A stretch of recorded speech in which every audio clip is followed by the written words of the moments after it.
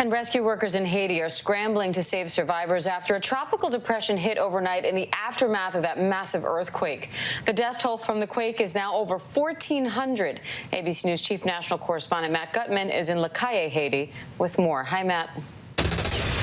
Hey, Terry and Diane. We were going to this town of Marcellin. We had heard there was pretty significant destruction. And the higher up you go on that hill, the more destruction you see. And then right before the actual town, you start to see home after home just pulverized, flattened by the earthquake. And we were rounding a bend slowly. And as we were, we saw this cemetery. We slowed down and we heard the wails of the people at the cemetery. We got out and we saw this woman, Lucia Seville, and she was sobbing and chanting sort of simultaneously. The grief was so intense that it manifested physically in her.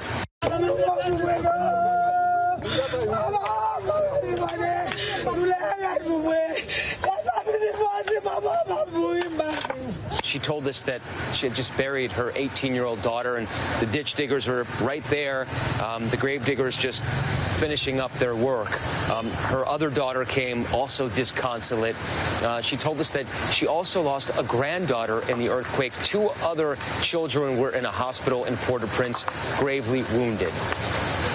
We went back there today just to check in on her and see how she's doing after this tropical depression swept through. And she said she was outdoors. She had slept just over an overhang at a neighbor's house with her whole family huddled in this soaking blanket.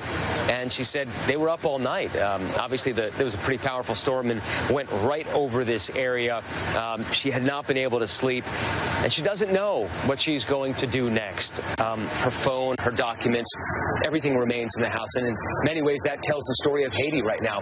Tens of thousands of people sleeping outdoors, both because they've lost homes and because they're afraid to sleep inside. They are so traumatized by the aftershocks and that major earthquake itself.